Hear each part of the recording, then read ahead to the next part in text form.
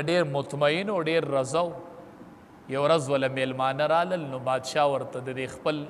غلام صفت کی د مبارک وی دا ډېر قیمتي غلام دی قیمتي نوکر دی ډېر ښه صفات دي پکې درته وی ورشه مبارکه یو انار نچوړ که دی له شربت وکړه هغه چې لاړ انار یې روشو کو ښه غټ انار یې پکې وکتو سور انار یې پکې وکتو نه چې نچوړ یې که شربت تیار کو هغه تریو هغه شربت تریو هغه انار تریو بادشاه ورته غوسه شوی ته څه خوږ او تریو پیژنې که نه خلق د خوږ انار نه شربت کوي کو د تریو انار دی ورته وی بادشاه سلامت زه تا په خوږ او تریو باندې نوکر کړی م که نه د باغ په خصمانه دې نوکر کړی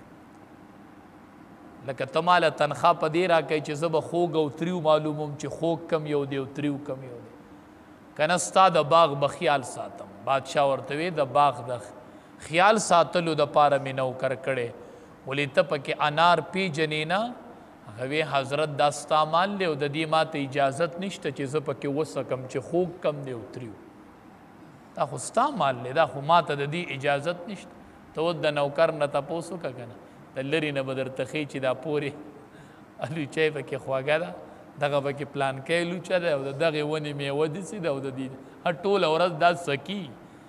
ټوله ورځ دې ته ناستې چې خوږ کم دی او تریو کم دی د هغې دور نوکرانو بادشاه ورته وی ښه وي تا چېرته انار نه دی سکلی د باغ نه وی نه زه خو یې صرف خصمانه کوم بادشاه خو ورته غوسه شوی و چې ما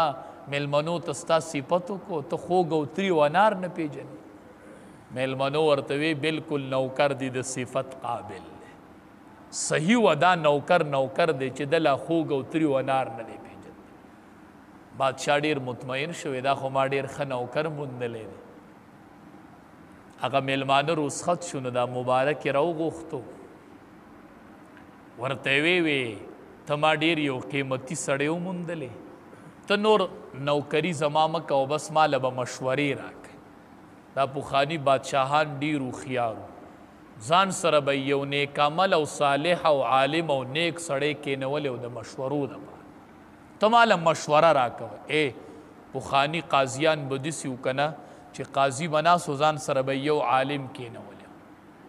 قاضي سره به عالم ناست وی څه دپاره وی ته چې کله زه فیصله اورم قاضي به ورته وي ته به ما ته وایي چې اتق الله د الله نه ویرېږه د خپل رعیت په باره کې دا اواز پکې ماله راکوه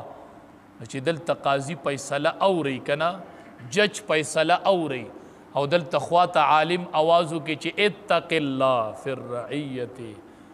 قاضي صاحب جج صاحب خیال کوه ګورې یو بل عدالت را روان دی فیصله غلطه وانه دا قاضي او دا جج به غلطه فیصله واوري نو د رهنمایي څوک شته چې رهنمایي ورله ورکړي شته د چا نه مشوره اغستو واله څوک